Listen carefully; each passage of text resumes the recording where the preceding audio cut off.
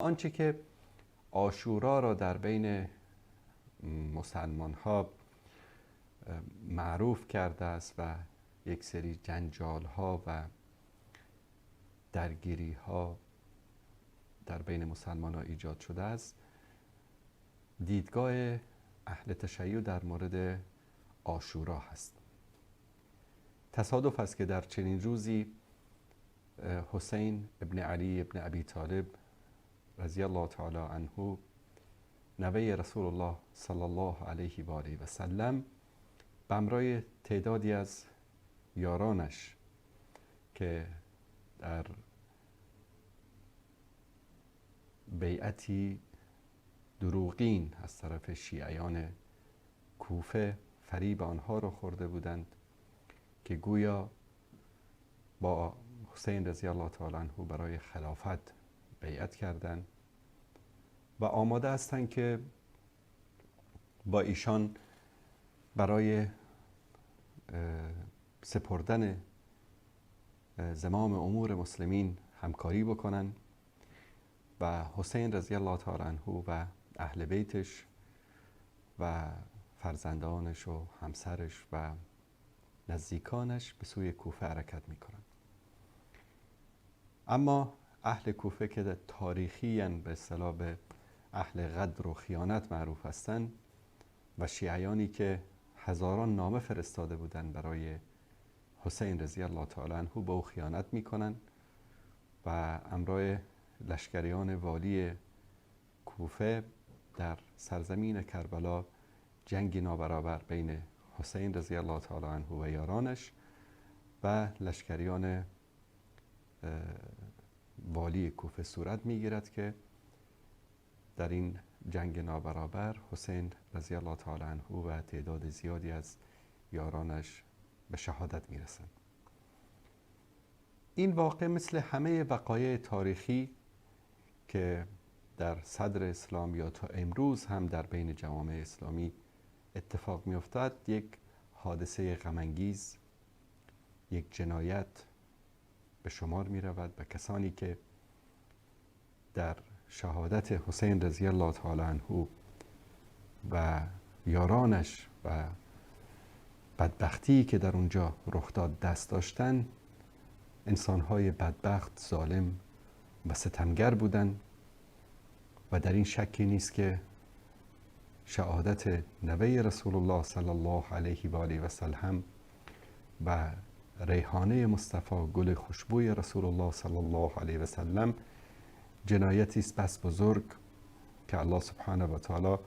کسانی را که چه با فریب دادن حسین رضی الله تعالی عنه، چه عملا با ایستادن و شمشیر کشیدن در مقابل او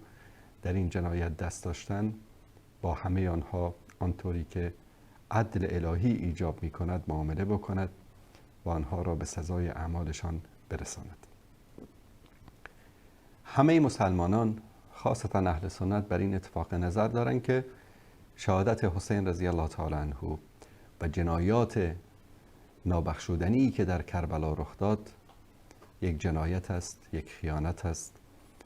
و کسانی که این عمل ننگین را انجام دادند انسان‌های مجرم، ظالم، ستمگر و جنایتکارند و بندگان شقی و بدبخت هستند که همچین شخصیت بزرگی رو، همچین انسان عظیمی رو در کربلا به شهادت رساندند. این واقع مانند خیلی از وقایعی که در تاریخ اسلام رخ داد مورد سوء استفاده از طرف دشمنان اسلام نیز قرار گرفت. روافض این رو بهانه قرار دادند برای سب و لعن و نفرین و دشنام به اصحاب رسول الله صلی الله علیه و آله و سلم و بابی رو باز کردن برای تویین و لعن و نفرین به بهترین انسانها بعد از رسول الله صلی الله علیه و آله و سلم. همچنین یک سری بدعت‌ها و اعمال زشت و ننگینی رو ایجاد کردن در دین که نمونه‌های اون رو شما در روزهای عاشورا و عزاداری‌هایی که صورت می‌گیرد در کشورهای مختلف می‌بینید. از بسر و سینه زدن، از گلمالی و نمیدانم روی آتش را رفتن و خیلی از اعمال زشتی که شایسته یک انسان مسلمان نیست. در زندگی حسین رضی الله تعالی عنه و شهادت او درس‌های بزرگی برای امت اسلامی نهفته است. بزرگترین درس این است که حسین رضی الله تعالی عنه در مقابل ظلم و ستم ایستاد، از جان خود گذشت و به امت اسلامی و مسلمانان درس شجاعت، شهامت و ایستادگی در مقابل ظلم و ستم را آموخت. و این ایستادگی و این شهامت و این پایمردی حسین رضی الله تعالی عنه و یارانش درس بزرگی است برای همه امت اسلامی. ما در تاریخ اسلام شهدای زیادی رو داریم که مظلومانه به شهادت رسیدن. اصحاب رسول الله صلی الله علیه وسلم در احد، در حنین، در جنگ‌های مختلف، در واقعه بئر معونه یا چاه معونه که تعدادی زیادی از قاریان قرآن کریم در اونجا به شهادت رسیدن. خیلی از سران صحابه مظلومانه به شهادت رسیدن. در اول محرم شهادت سیدنا فاروق اعظم عمر بن خطاب رضی الله تعالی عنه است که مظلومانه در داخل مسجد به شهادت رسید توسط ابو لؤلؤ مجوسی لعنت الله علیه، و شهادت مظلومانه سیدنا علی بن ابی طالب رضی الله تعالی عنه در داخل مسجد در ماه رمضان،